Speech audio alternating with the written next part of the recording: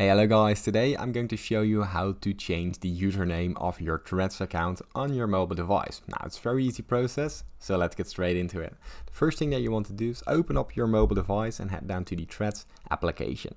Now from here you want to go onto your profile, sign in, and go to the bottom right of your screen where your profile appears. Now here you see your current profile, and what you want to do, you want to go to the edit profile button here, and here you see your current name. Now if you want to change it, as you can see, it is linked to my Instagram. So what I want to do, I want to go to the top right corner, and from out here I want to go into the account, and from there go to the other account settings. Now it takes me to the Instagram application, and here you can easily go into the accounts center, and from out the accounts center you go to your profile again, and here you can change your username. As you can see right here, let's change it real quick, just some random letters, and here I can press done, and now it has been changed.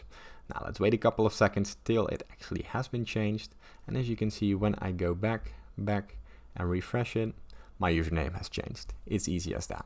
Now, if this tutorial was helpful, please consider subscribing to my YouTube channel. It helps me out a lot, and thank you for watching.